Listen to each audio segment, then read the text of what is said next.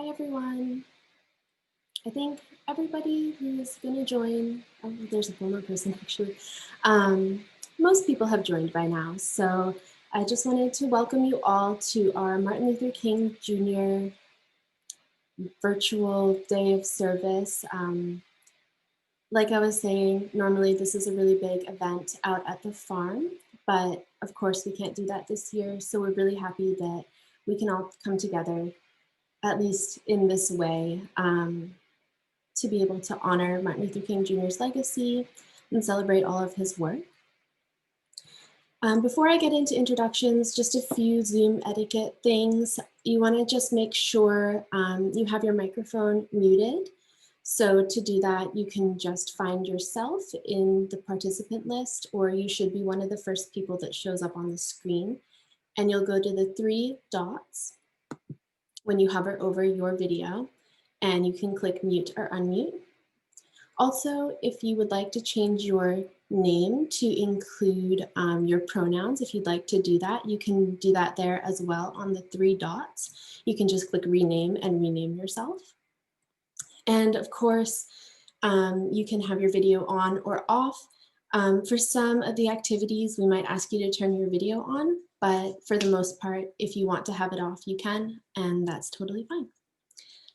So I'd like to start with some staff introductions. On the call today, we have Derry. Derry can just wave. And then we have Claude, who will be helping with all of the tech things, sharing videos, and also helping in the chat. We have Ella out at the farm, who will be leading a really cool activity. And Evan will be helping her there. And then also on the call, oh yeah, Evan and Ella right over there.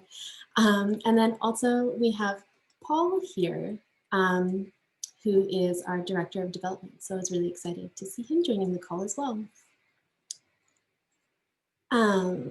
So a few expectations for this event, since Martin Luther King Jr. Day is a day of service, and we can't really do that this year. We are asking that all of the participants participate in 4 hours of service to honor Martin Luther King Jr.'s legacy. And at the end, I'll go over a bunch of different opportunities that we have available. But I also want to recognize that this is a very challenging time to go out and do service. So there's also a place that I'm going to link for virtual opportunities. So if you don't feel comfortable being out and about, there's virtual opportunities for you to do as well.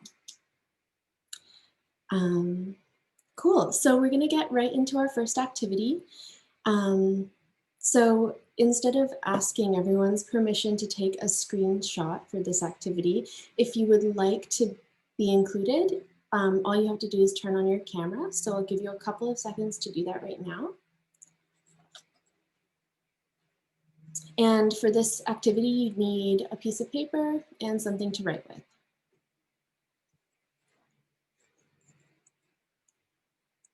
Okay, I hope everyone's ready. So I'm going to give you about 30 seconds to write down one word that best describes Martin Luther King Jr.'s legacy to you. And then when you're ready, you can just hold it up like this to the camera. You can show your face or not. And then in about 30 seconds, I'll be taking screenshots. So I'm going to mute myself.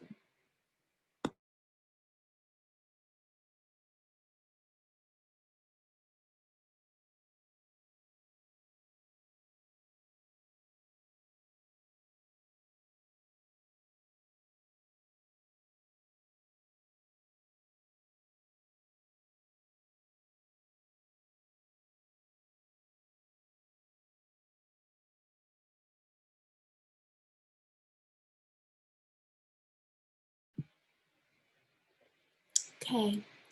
When you're ready, please hold up your word to the camera so I can go ahead and start taking those. Okay, just keep holding it there until I let you know, because I've got a couple of pages to get through.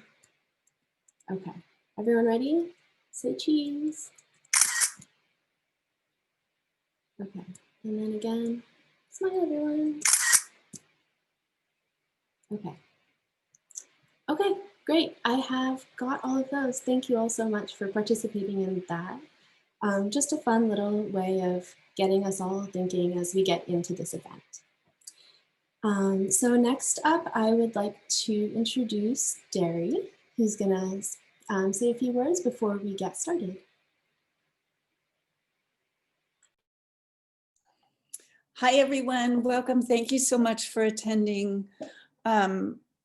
I'm the executive director, and I'm going to introduce a couple people today.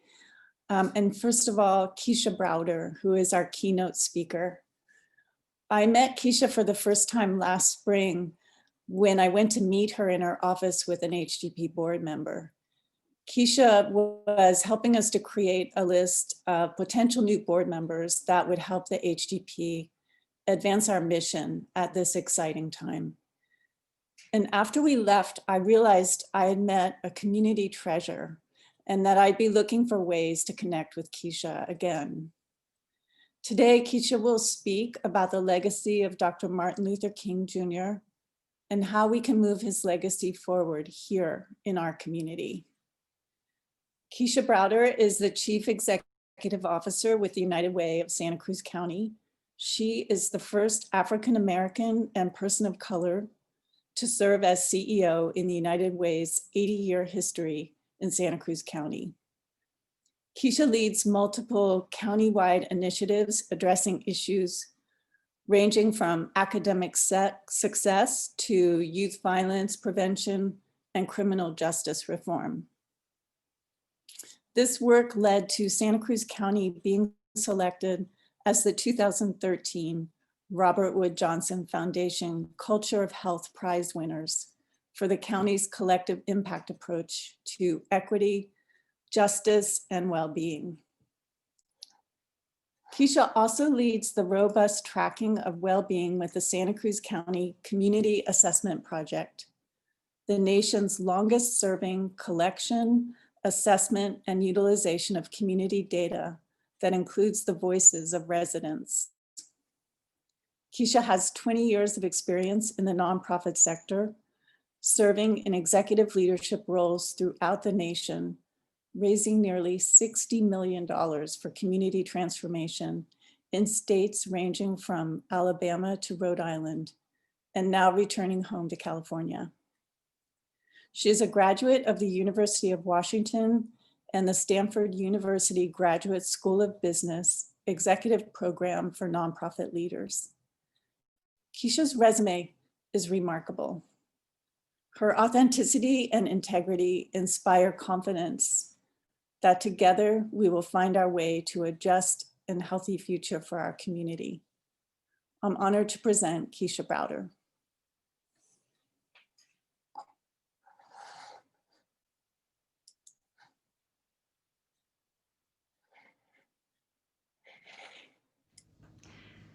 Good morning, everyone. My name is Keisha Browder, and I'm the CEO of Your United Way here in Santa Cruz County. I want to thank those at the Homeless Garden Project for inviting me to speak with you today. As we come together to recognize such an extraordinary leader, an amazing leader in our lifetime, Dr. Martin Luther King Jr. Make no mistake, 2020 had its ups and downs. But it is through those moments of tragedy, those moments of heartbreak, those are the moments where Santa Cruz really showed their strength and their power. We all know that COVID-19 has been this pandemic that has just truly changed our nation, our world. Here locally, we came together. We came together to support each other. Whether you were a part of the volunteer crew that helped me and United Way distribute over 1,000 meal boxes to our senior adults, or whether you were delivering meals and making sure that people who really needed to get tested and wanted to be tested for COVID had a way to get to those testing sites. When I think about all of our essential workers, from our healthcare system to our businesses and industries, to our agricultural workers, Santa Cruz County truly banded together to help each other. That's what Dr. King wanted for all of us, no matter the color of our skin, for all of us to work together to take care of our community. We know that our country really has to face itself in the mirror when it comes to racial reconciliation. And Santa Cruz County, once again, showed up. You showed up by calling things out, making sure that Black lives truly do matter, that they matter here in Santa Cruz County, that they matter here in the state of California, that they matter in this country and around the world. To join you all this spring and to be a part of designing the mural, Black Lives Matter, in front of our City Hall, it was one of the proudest moments I've had here in Santa Cruz County. Because once again, all colors, races, and creeds truly band together to say that our neighbor matters. Yes, Black lives truly do matter. And not only did we do it as residents here in Santa Cruz County, it was a great experience to see that our local government truly does stand together with us to say that racism is a public health crisis. And not only will we say it as local government, but we actually want to work with the community to make the necessary changes here in Santa Cruz County. Again, Dr. King would look at Santa Cruz County and he'd smile. He would smile because we're not here to say we're perfect, and we're not here to say that we get it right all the time. But what we have shown time and time again is that we can pull together. We can roll up our sleeves as a community and create a healthy, thriving, and safe Santa Cruz County for all beings. We were hit with a devastating fire that destroyed over 900 homes in our community. And United Way was there to partner with our county to help place people in hotels, to make sure that folks had food.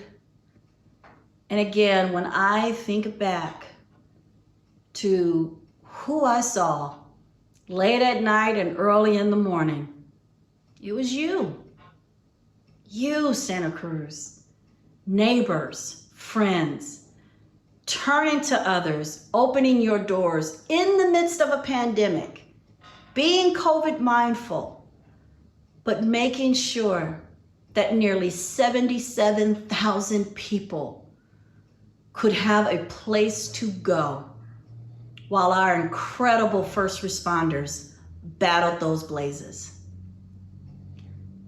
That's who we are, Santa Cruz. We know how to come together and rally around to help thy neighbor. And so today, my ask to you, my call to action to you is simple. Continue to do and be who you are. Roll up your sleeves today as we honor Dr. King and volunteer.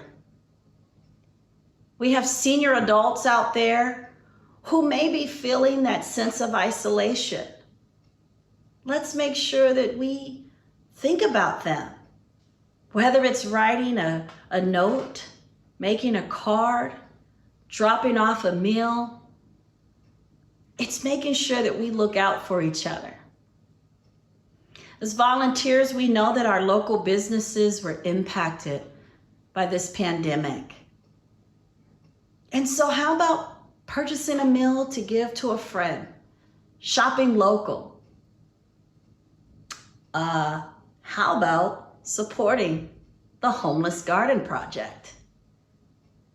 So today I say thank you. Thank you for showing up and standing next to your neighbor to truly create a healthy, thriving, and safe Santa Cruz for all.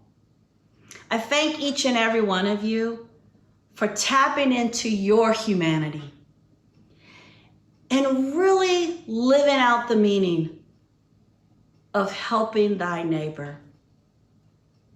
Dr. King did say that one day this nation will judge us by the content of our character and not by the color of our skin.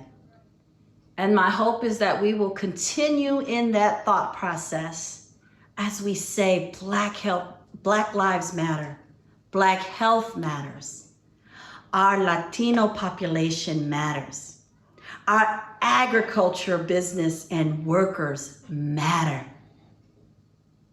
So I thank you today for all that you are doing to honor Dr. King on this day by rolling up your sleeves and volunteering. And thank you, Homeless Garden Project, for your commitment to providing services, providing employment, and just bringing together dignity, compassion, love, and justice for all. Thank you, Homeless Garden Project, for this event today. I hope that we have fun as we learn about gardening and ways that we can volunteer. And I thank you for your support of the Homeless Garden Project. Thank you, and let's continue Dr. King's legacy because his dream lives on. Thank you.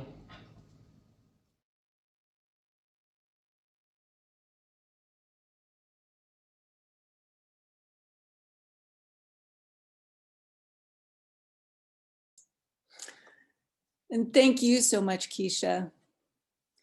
Now I'm so proud to introduce Elise Strobel, a trainee at the Homeless Garden Project, who's been promoted to our special crew lead position. Elise has done an outstanding job in her time here at the Homeless Garden Project. She stood out to me as someone who is very loving, steady, nurturing, and always paying attention. Elise has a sweetness that is full of strength. And as you listen to her talk about her time in our program, you'll hear her clarity and intelligence. When I listened to Elise's talk for the first time, I was filled with a great sense of responsibility and of appreciation. Responsibility to continue and grow our work of providing this opportunity to people like Elise, and gratitude to everyone who makes this work possible. And now I'll share Elise.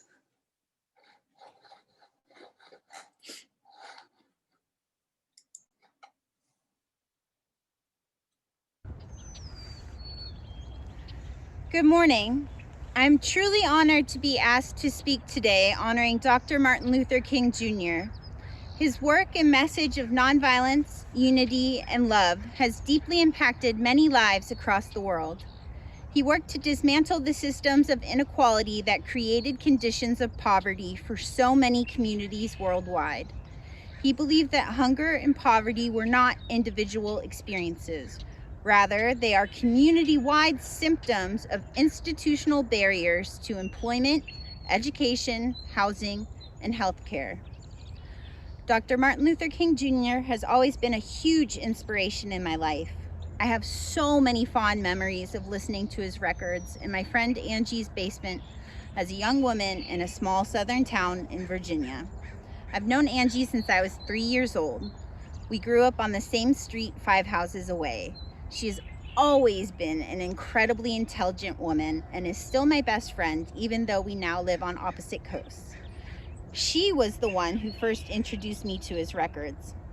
His gift as a talented orator, effortlessly weaving poetry and philosophy into his preaching, and his powerful, inspirational message of nonviolence, unity, community, and love was captivating. Our favorite was his mountaintop speech. Angie and I would dream up all the ways we wanted to change the world too. I never dreamed that I would be homeless. Some think addiction is a choice. Some think addiction is a disease.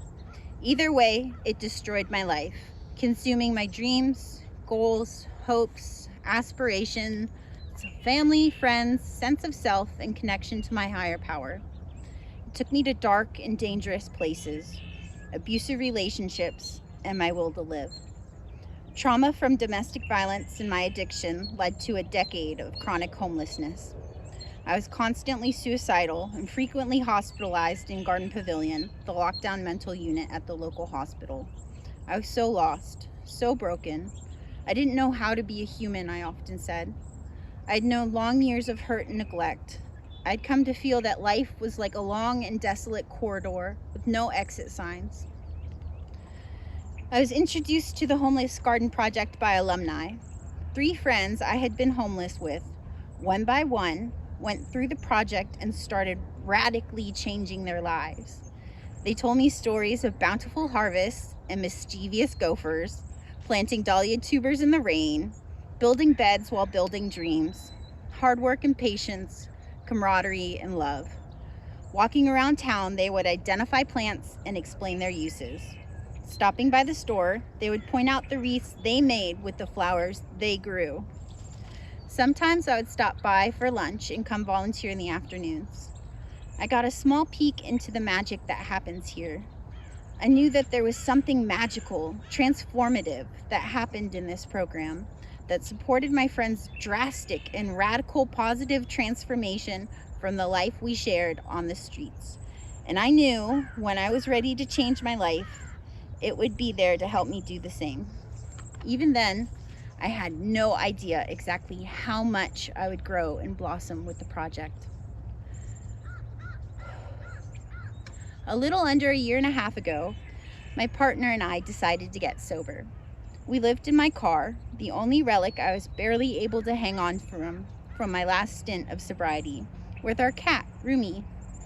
Somewhere along the way, I must have learned that community was the key to building a life worth living sober.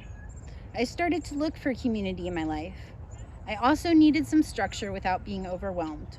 I wanted to start contributing to my community. I started volunteering at a program that helped me do my laundry, but that was only 1 day a week. I needed something more. My friend Victoria told me that the Homeless Garden Project was doing a trial hire and there were 2 more spots available and orientation was at 2 p.m. that afternoon. I didn't even know if I was capable of working. For years, I had various caseworkers telling me my best option was to apply for disability through Social Security. But I figured I could try. I had witnessed firsthand how it took my friends from the sidewalks to contributing members of society, and I was ready to try to do the same. I was barely 60 days sober my first day at HGP. I was so nervous and anxious. I hadn't worked a real job in years, and here the project was, giving me a chance practically sight unseen. I hadn't interacted with people in normal social situations in so long. I felt so incredibly awkward.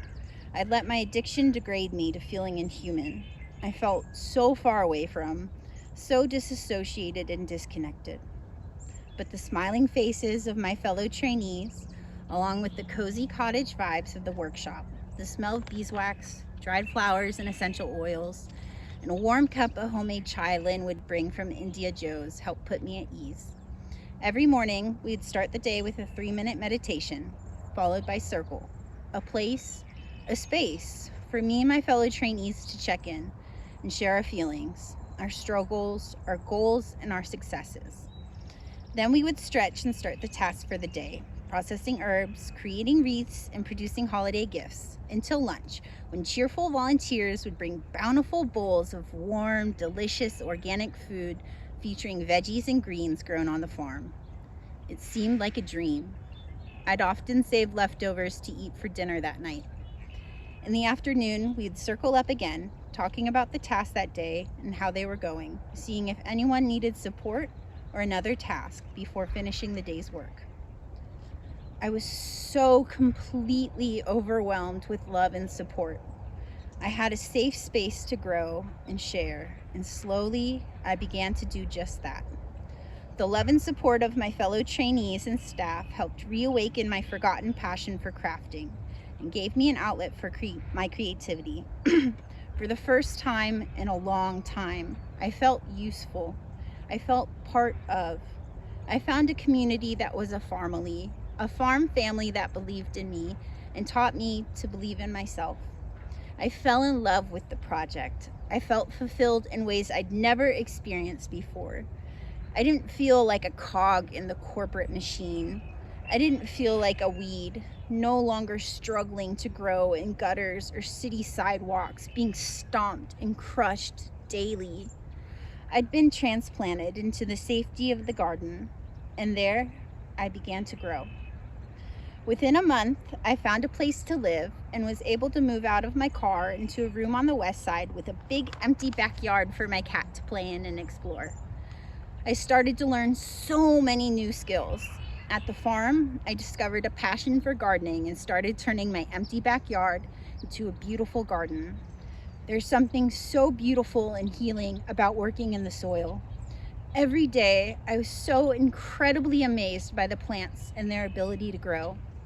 While transplanting, I told every single plant, I love you, welcome to your forever home. You're going to grow and thrive here on this beautiful organic farm and be the best plant you can be. At the workshop, I learned how to write cover letters and tailored working resumes. I got to practice interview skills. I discovered a talent for teaching and natural leadership. Lindsay noticed and told me that a crew lead position was opening and urged me to apply. I worked hard to earn the position and was eventually promoted to value-added crew lead. Crew lead is a year-long program for trainees. There are additional responsibilities, longer hours, higher expectations to be a good example for trainees, and an added commitment to the program. I eagerly stepped up to the challenge. I get to practice the skills learned from my time as a trainee and to learn new skills in leadership and conflict resolution. I get to teach others what I learned. I get to share the magic of the program and help people find hidden talents. I'm able to save space and give the support I was given. I get to be a light, a raft, an outstretched hand. During my time as a crew lead, I started a 12-step meeting for trainees who also need support in their recovery. I celebrated a year sober. 2 months ago, I was able to purchase a new car. I can't imagine what my life would be like without the Homeless Garden Project. I certainly wouldn't have been able to completely transform my life without the project's love and support. In closing, I'd like to return to Dr. King. In Dr. King's last Sunday sermon, he spoke about his Poor People's Campaign. King looked across America and saw people and families of all races, cultures, and communities who were hungry, homeless, unemployed, and underpaid, and began to organize a movement of people to dismantle systems of inequality that created conditions of poverty for so many communities. In this sermon, he said, "And maybe we spend far too much of our national budget establishing military bases around the world, rather than bases of genuine concern and understanding."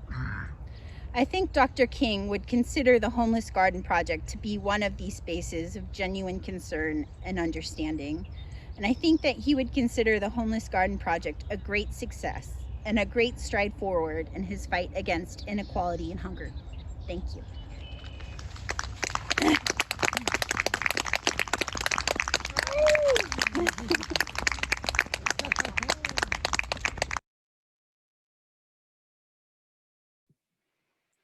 Wow, those were amazing speeches and such an amazing way to start off this event. It really got us in the spirit and thinking about all the ways that we can honor Martin Luther King Jr. both here and wherever you might be. I think we have some people joining us from pretty far away. So that's thank you to Derry, Keisha, and Elise for all of your words. So now we're going to get into our activity of the day. And if you haven't already, now would be a great time to go ahead and get some of the materials that you need while I just go over what the activity is. So for this activity, if you got one of the cilantro planting kits from the farm, you have everything you need. If not, you just need to get a small container or pot, some potting soil, and some seeds. And I'll start to go over what this activity is and why it ties into today. So one of Martin Luther King Jr.'s goals was to end hunger.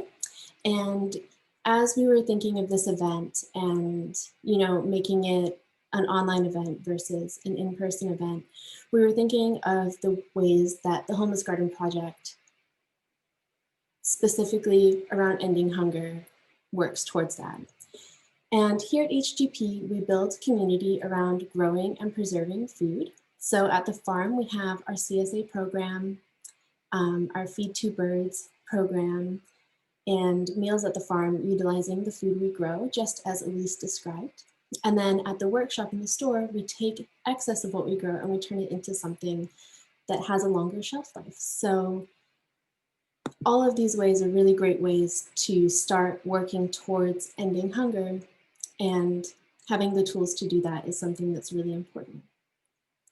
And so today we thought we would share some of our knowledge with you on how to grow food. And this is just a really small way for us to do our part in building a more secure food system. So we're going to start at the beginning. We're going to learn how to plant some seeds. And we're going to start really small. We're going to start with just learning how to plant some small leafy greens. But our hope is that you can take this knowledge and you can start to build your own secure food system, or you can pass the knowledge on to those who might need it so that they can start to build their own secure food system. So without further ado, I think we should start the activity now since this is the main event. And to do that, I'd like to introduce Ella, HGP's awesome farm manager, and she'll be joining us from the farm today, which is really cool. Ella has been farming since 2008 and has been with the Homeless Garden Project since 2019. And she really enjoys farming and sharing gardening information. I saw her practice video for today's event, and I'm really excited for you all to hear it. Ella has a great way of taking some more complicated or dense information and turning it into something that's very easy for everyone to understand. And this workshop is no exception. So without further ado, I'd like to pass it on to Ella. For the introduction and the organization of this event. Thank you, Derry, for the introduction of Keisha. Amazing, inspired. We're having a lot of women here today. Thank you, Keisha, for your inspiring words. Very, very touching hearing you reflect on Santa Cruz in that way. And then thank you, Elise, for your beautiful speech and reflection and sharing your experience with us.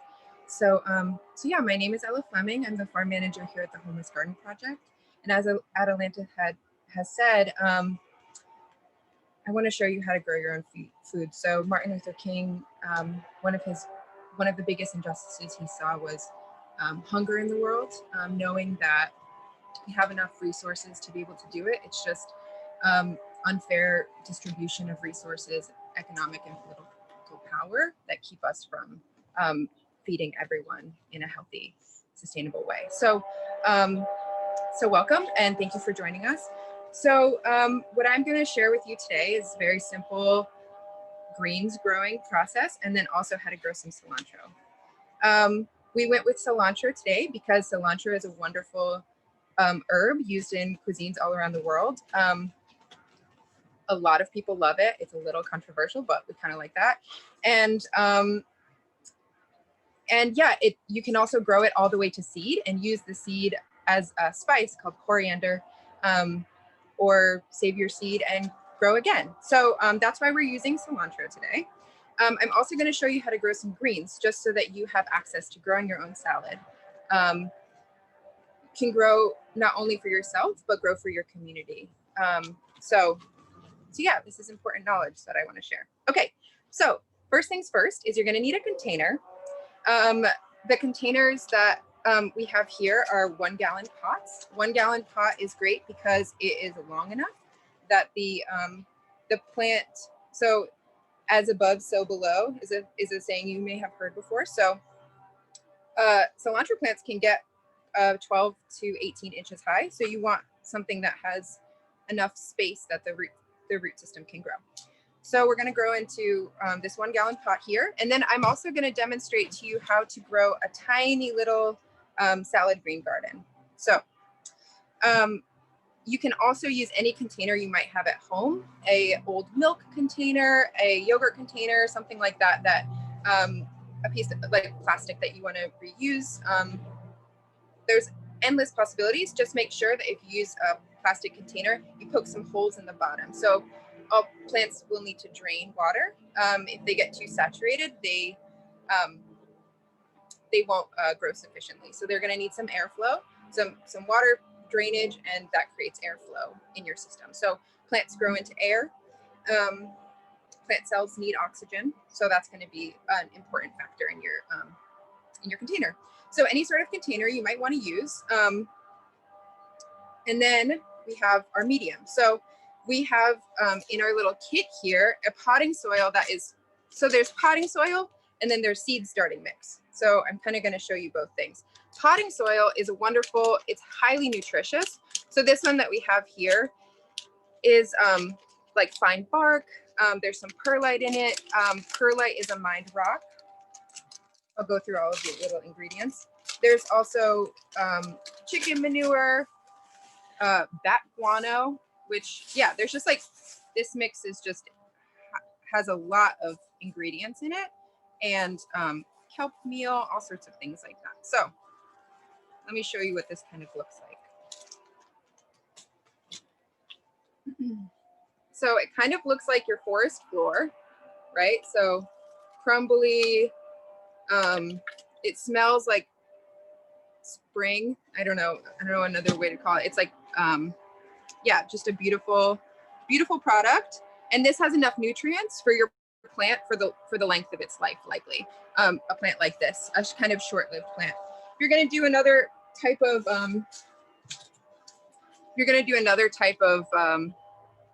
vegetable, like a tomato or something like that, you're going to need you're not going to put as many plants in this. So this one is great because you can put many different cilantro plants in here and maybe have like 3 or 4 in your whole pot. So, so that's potting mix that you can kind of get at the garden store.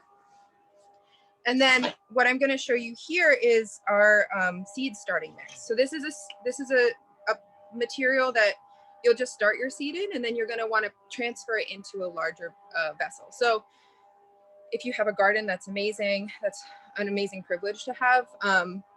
If you don't have that privilege and have like maybe a patio or apartment, small apartment or something like that, you can get a garden box or something that hangs over your window. So plants are amazing. They can thrive in so many different environments. So just give them their basics and they should be kind to you. So in our mix here, we have cocoa peat, which is a byproduct of the coconut industry. They actually can make, it's from the fiber from the outside of the coconut, from the husk.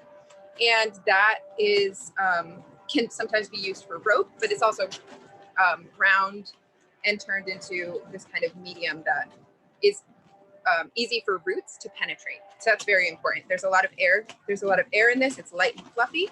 We like that in a soil mix. We also add perlite. So I had mentioned this before. It's a mined volcanic glass, and then they crisp it like Rice Krispie treats. So they like pop it, and that is wonderful. It holds its structure really well, and it also creates drainage in your mix. So that's awesome. We also add we do add a little bit of fertility to ours as well. So this is Sustain. It's a pelleted fertilizer, and it's like from turkey manure. So again, a byproduct of an industry. And yeah, it's pelleted and it has like a slow release of nutrients to your plant. So that'll be important. And then we also, we add oyster shell, which provides a bit of calcium. So cocoa peat is like, it's like a fruit, right? So, or it's from coconuts, which is a fruit. It has a lot of potassium in it, similar to bananas.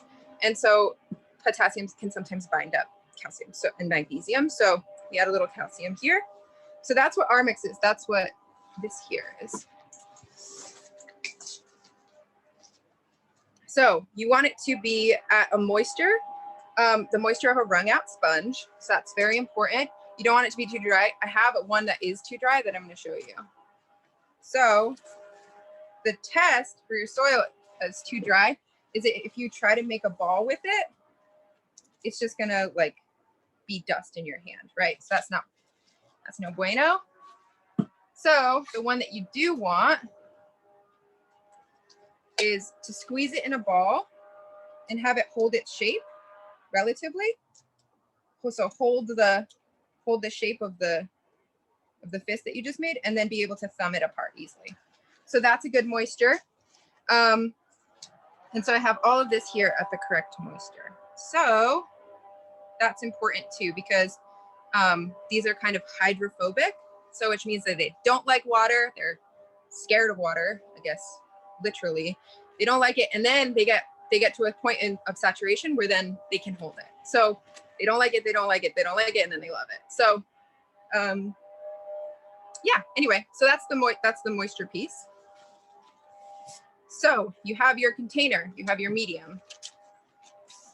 Then you're gonna need some seeds. So in the kit that Atalanta put together, we have your cilantro seeds.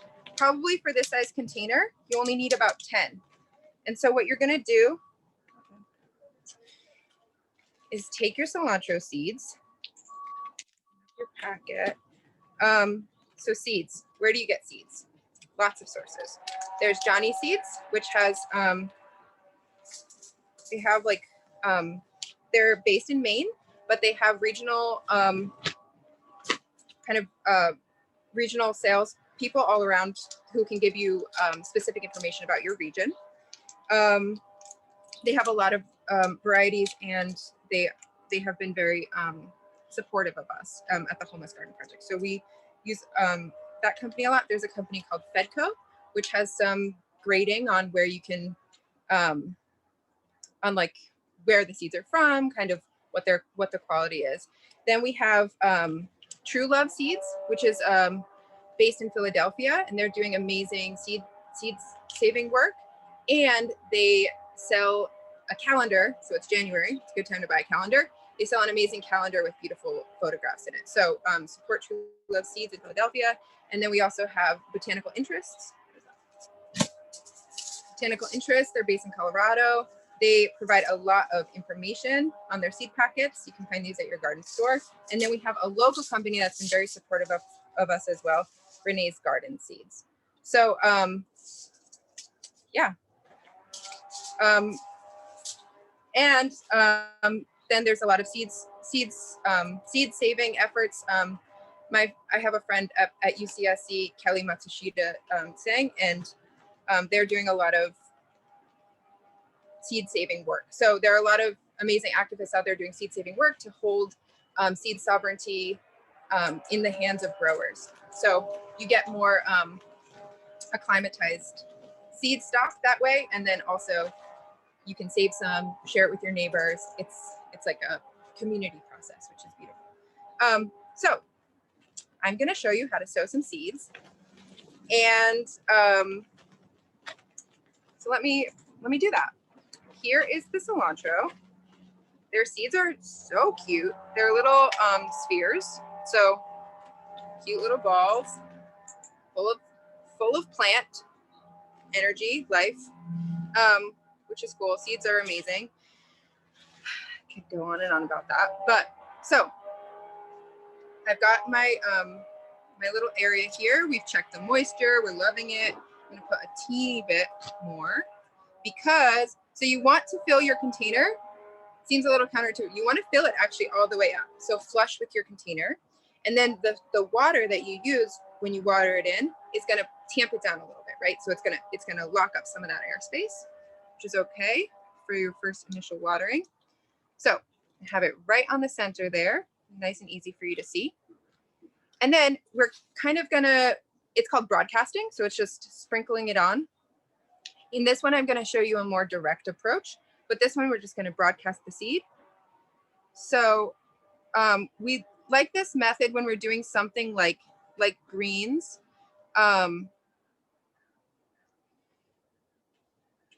Or cilantro because, or beets or carrots or something like that, because you'll sow the seed and then you'll thin it out. So these plants are gonna wanna be 2 to 4 inches away from each other. That's what cilantro plants like.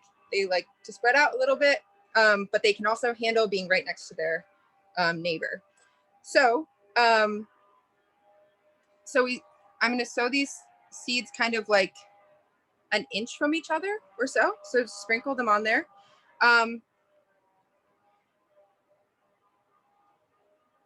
And they are looking good, nice and spaced out in there. And then I'm gonna cover them up. So when you cover a seed, it's very important that you don't overcover it or undercover it. So you want your seeds to be, the rule of thumb, literally thumbs, is that if your seed is this size, then you put one side, like this size of the seed on top of it. So if your seed is this size, you put this much soil on top. So they want to be, you want to kind of like imagine yourself as a seed. And so you have this seed coat, right? Like you got your protective jacket on. You want to be just under the covers, right? You don't want to be buried. You'll get like, it'll be too hard to emerge. So you want to be warm and moist and enough so that you start like wanting to take your jacket off and like emerge. And then you'll want to like stretch your legs down, like spread your arms up. But if it's like, if you're reaching too hard, you're going to get tired and you're not going to want to keep reaching your arms up, right? So, or you'll just be like, oh, I'm too exposed. Like, so anyway, that's why the seed covering bit is important. So you just want to cover it just enough so that it has itself on top of it, right? So I like to use like an old kitchen strainer or something like that to cover my seeds, so that I'm not just like throwing chunks on there. Again, you want to pamper these seeds. You want to give them a bit of like warmth and kind of softness. So I use my strainer, and I'm just gonna kind of like sprinkle above until I see that my seeds are absolutely covered.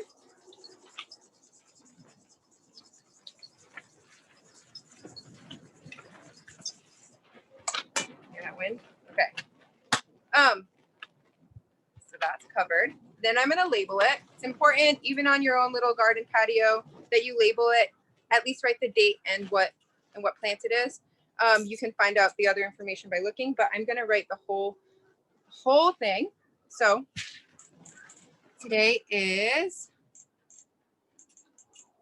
the 18th. I knew that, but it's good to double check. Then I'm gonna write cilantro.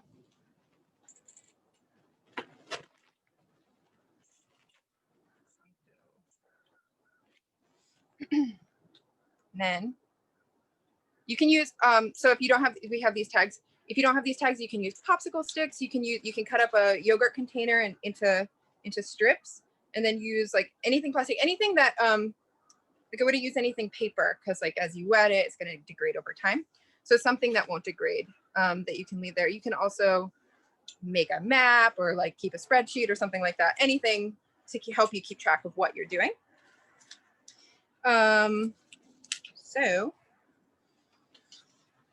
Okay, so that's our cilantro. I'm going to water this in when I do this one. So I'm going to show you real quick how to do the greens.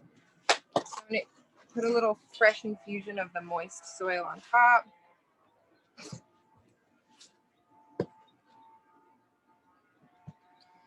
Spread this out. Again, you want it to be nice and even when you're doing this because you don't want your water to puddle once we get to the watering phase. Okay, so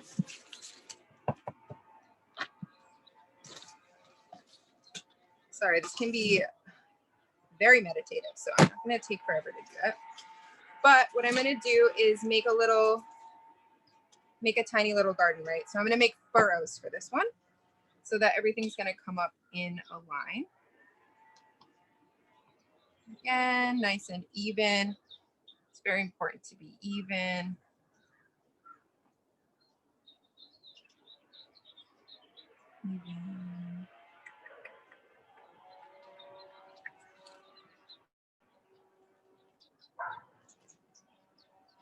Okay, we're gonna grow a little salad here, right? So I've got some arugula here. This nice, cute little seed. Do it in here. One nice little strip. Again, these are this method, they can be pretty close together. So I've sown these just right next to each other, not piled on top of each other, but like, you know, like maybe 1/8 of an inch away from each other. And they're gonna grow up and you're gonna be able to cut them just real quick for salad. And you'll probably get a couple cuts out of them as long as you cut them above their growth tip. So this is a great way to kind of have greens on, like always have fresh greens. And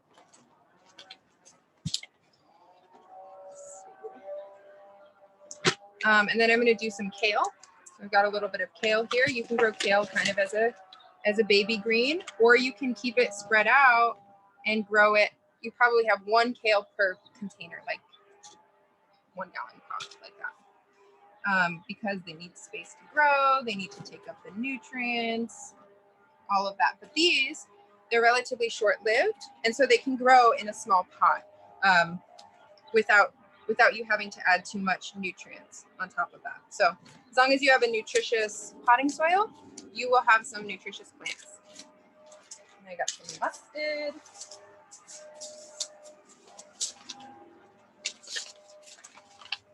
And after I sow this, I'll show you a little bit of our movie magic. So preparing for this seed sowing demo, I did this 11 days ago. So on the 7th, I'm gonna just walk over. So here are our greens. I've never held greens like this. This is very funny. But you can see this kind of like these ones is this is red giant mustard green, and so it's got this beautiful purple center there. So these here, what you can see growing is they're called cotyledons. They're the very first. They're called the first leaves, and they will mature out. They're doing the first of the photosynthetic job, right? So they're getting the ball rolling. They're getting the first of the sunlight, right? So this is growing. Brassica seeds grow, so your salad is going to grow a lot faster than cilantro. I do have cilantro in here, but it's just coming up. I'm going to do this. I don't want to be judged by this, but it's going to happen. For the purpose of education, this is your cute baby cilantro. So actually, I don't know. So what you've got popping out of the seed here our little roots, and you see a little bit of green starting to come on the stem, just really starting to get in there. So it's coming. Be patient, keep it moist for a little over a week. Warm and moist. Remember, just warm and moist and sunny. So I'm going to show you how to water these in. And then you will know enough to do this yourself. Hopefully, just kidding. But if you have any questions, you can always reach out. There are a lot of amazing gardeners out there with resources. And then me here at the Homeless Garden Project can be a community resource for local folks with questions about how to grow their own food. Yes, here we go. All right, nice and covered. I'm gonna move everything that can't get wet very quickly, and then I'm gonna show you how to water all this stuff in.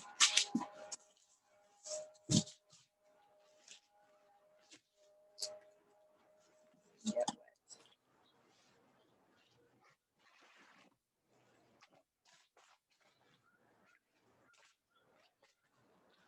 Okay, so watering. You're gonna want to try to emulate or resemble gentle rain. So you want to, you don't want to blast it with a hose. You want to try to find a water attachment that has like a fine emitters out of your water source. So let the air flow out of it a little bit. And then you're gonna want just a gentle sheen.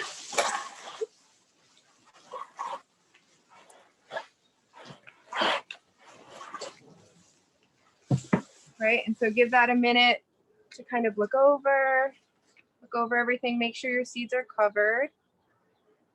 Because sometimes the water can expose the seeds. Right, so make sure they're all covered.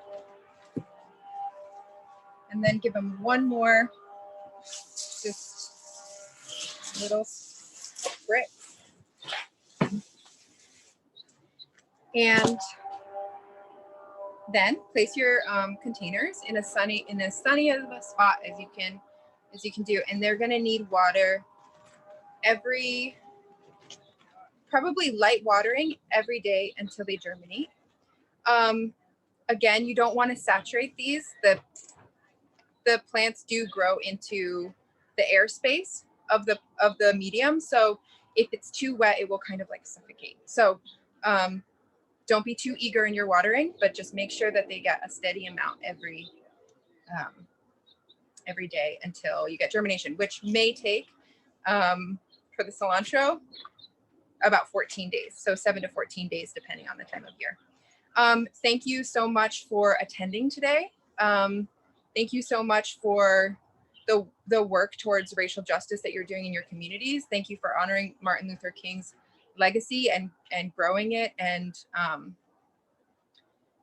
supporting the liberation for Black lives. So thank you for all of your attention today and for all of the work that you're doing. We appreciate you very much. Thank you. Thanks, Ella. I think we should all give Ella a round of applause for that awesome video. It was so great. So now we have a few questions. I think most of these Ella will have to answer. So the first one, Stephanie asked, what is the fertilizer called? Sustain. So that's the brand name. It's OMRI approved. That's why we use it, because we're a certified organic farm. So if you look for the label at the garden store, yeah, it's called Sustain, and that's the one that we use. But you can also find other organically approved fertilizers at the garden store. Garden store employees are incredible resources. They love to talk about this sort of stuff. So if you can't find that product, for example, they can help you find something similar. So hope that helps. Awesome. And the next question is from Allison. And Allison asked, where is the best place to purchase quality soil? And do most local garden shops carry the coconut peat? Yes, at least in Santa Cruz, I've seen it at the at San Lorenzo Garden Company. They sell blocks of it. So yeah, they're compressed cocoa peat. So again, cocoa peat is like more of a sustainable byproduct industry byproduct than peat moss. So peat moss you can also find at garden companies. It's okay in a pinch, but we try to use the cocoa peat simply because it is more sustainable. The peat, it comes from peat bogs of sphagnum moss in Canada, and it's not a quickly renewable resource.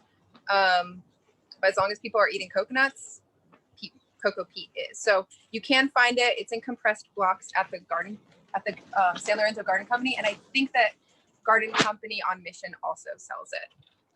But again, garden company employees are so helpful and love talking about this stuff. So if you can't find it for some reason, maybe they can order it for you or help you find an alternative that is in line with that. So we have a few more questions. Sue has asked a couple of questions. The first one is, does HGP sell potting, soil, or seed mix? We don't. We have to, for our own production needs, we have to use what so like we make our own. It's like a labor intensive thing, and we don't, I don't think we're certified to, we don't have the time or resources to be able to support that right now. Maybe someday, but at this point we would direct people to going to a local garden company or local supplier. And then Sue also asked, what does the bottom of the flat look like? Oh, great question. So it has some slots in it, right? So so I was gonna suggest like you can use like an old drawer or something, like if someone's getting rid of a drawer on the side of the road or something, you can pull that out, but you'd have to make some water drainage holes in it. So these have slits. They're kind of designed to have some slits. So even though they're not like, yeah, so that's what it looks like. I hope, can they see that? Mm-hmm. Yeah, perfect, thank you. And then the last question from Sue before we go to others is, what is the proportions of the ingredients to make the soil mix? Oh, great question. It's a proprietary secret, just kidding. No, like 4 5-gallon buckets of the peat mix to 1 5-gallon bucket of the perlite to like maybe a pint, 2 cups of oyster shell, and then 4 cups of sustain. So I know I said on a home garden scale that might be very different, but it's essentially like more peat moss than anything, or cocoa peat than anything, and then I don't know, a quarter. So your portion would be like 4 to 1 with the peat moss, and then I'm sorry, I can't do that type of math right now. But then like a bit of fertility and a bit of oyster shell. Sorry, Sue. I can't answer it right now, like exactly. Okay. So Tamara has asked, how frequent is the watering after germination of the cilantro? I love that question. It depends. My favorite answer. It does depend on how much heat, like how sunny your spot is. Like so you always want to be able to check your soil, which sometimes means like sticking your finger in deep enough to where the roots might be. And if it's dry down there, then it needs some water. It will depend, but I would say probably every couple days, every maybe 3 days, give it a soaking. And then as it dries down,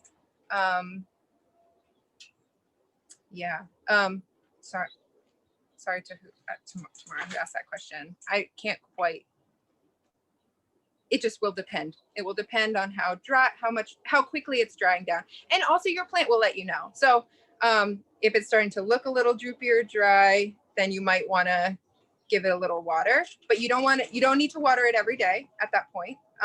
You just kind of want to water it until it's saturated, and then have it get to a dry down point before it starts wilting. So you'll get into a rhythm, and then as the seasons change and it gets warmer or it gets cooler, like if we have a rainy streak, you'd water it a little bit less. If it's super cloudy, there's like an evapotranspiration. It can get really technical. There's an evapotranspiration rate, and that is about, in Santa Cruz, it's about an inch per week. And so you'd want to add an inch of water per week, but that is like, for a home gardener, I don't want to get into that with you, because it might be kind of boring, but I think it's fun, and I think it's an intuitive process that you'll get with watering it. Sorry, I don't have an answer for that either.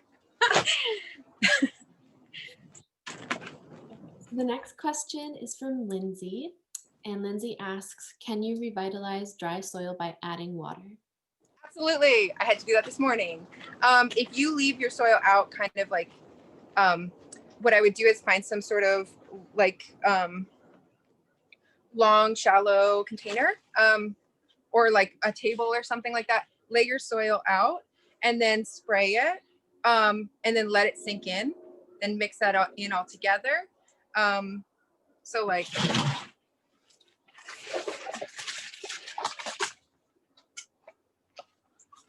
so if this was too dry, then I would like soak it all, let it sit, because again, the hydrophobic stuff, it will not want to absorb the moisture, and then you'll just keep checking it. So let it sit, let it absorb, and then once you get it to the consistency of the wrung out sponge that we talked about, then you're golden. But yeah, absolutely can be revitalized.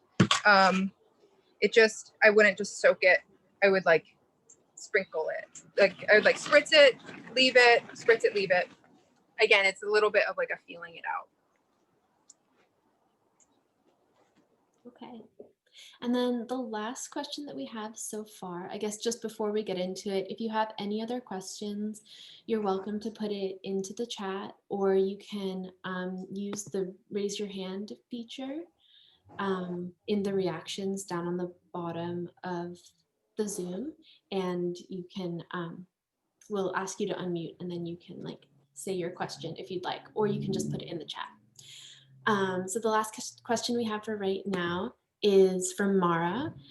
And the question is, what's the best way to keep the seedlings from being eaten by critters?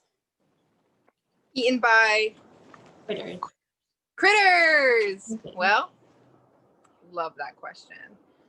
Depends what kind of critter. So insect, slugs, for example, you can put out, there's a little product at your local garden company called Sluggo. It is the organically approved one for this. Some people also sometimes make a little, like a cool little witchy experiment, put like a line of salt all around. They don't like salt.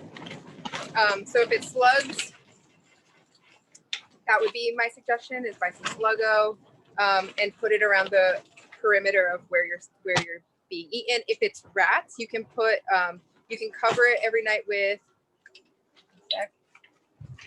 thank you,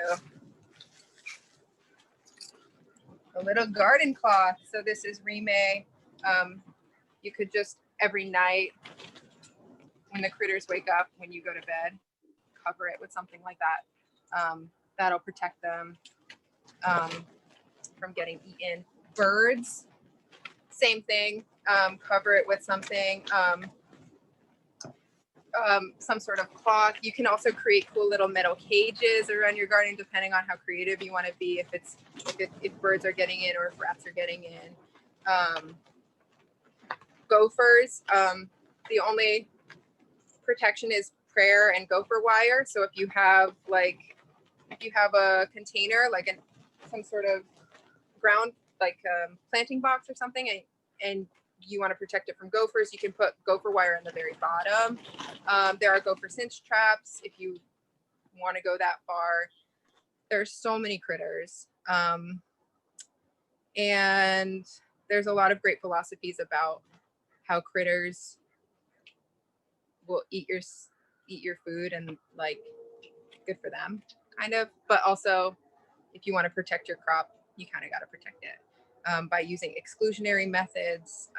If it's an insect, there's not so much that you can do. If it's aphids or something like that, you can use something called safer soap. Also available at your garden company, and it's like a diluted soap that you can kind of put on, and it kills the aphids. But it depends on what kind of critter, and depends on how aggressively they're eating it. So anyway, I hope that helps. And the cloth can be bought at a local garden company as well. You can also use, like, if you have an old tutu for whatever reason, I don't know why you would, but you might, you can use that tulle kind of fabric like that. Can work well. And then, yeah, just prayer, hoping that they stop eating them. That's great advice. Thanks, Ella. So it doesn't look like we have any more questions for right now. If you do, you can just put them in the chat. We still have a few more minutes, so I'm just gonna go through like some last minute things, but if you have any more questions, we'll be happy to answer them. You can also send me an email and I will get the answer for you from Ella. I know that a lot of questions might start to come up as you actually start to plant your own greens, so we're here to help. So before we close, I would just like to bring it back to service and honoring Martin Luther King Jr. through service. Since we couldn't be at the farm this year all together volunteering, I think it's really important that everyone who participates here dedicates some of their time to volunteer service this month and also throughout the year. It's a really great thing to do. And in case you missed it at the beginning, we are asking that all of our participants here honor Martin Luther King Jr.'s legacy by doing at least 4 hours of volunteer service in your community. I have some options, of course, from HGP and United Way. So here at HGP, you can volunteer at our farm or our store. So there's an option for everyone. There's also a few like other things that you can do. So I'll be sending an email to everyone with all of the links where you can sign up. I also want to highlight United Way of Santa Cruz County.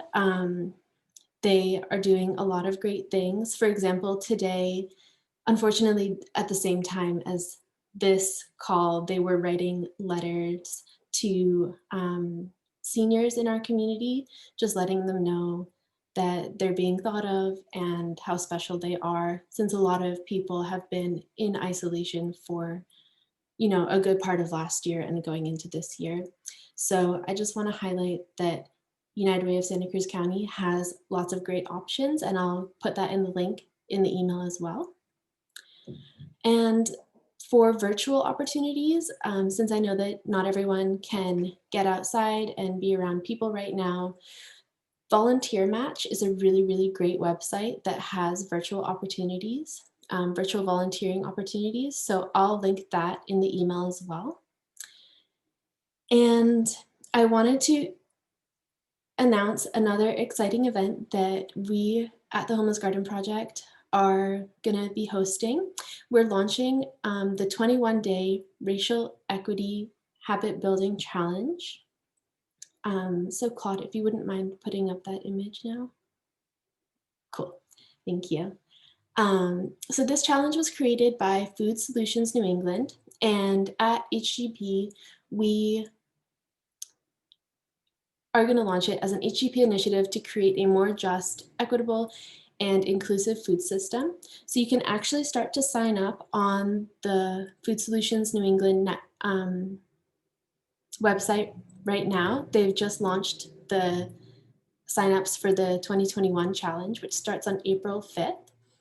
And if you want to complete it with the Homeless Garden Project, you can just let me know and we'll have our own discussions around it. We'll be creating our own little community events around it. But this is just something to kind of further what we learned today and further our education. So on that note, HGP will kick off the event in March with a fun little chat. And we'll have more details for that coming soon. Sorry, I see someone is wanting the link.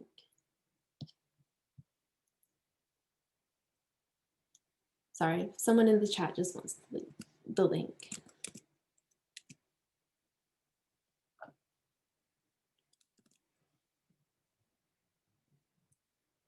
Okay, Claude will do it.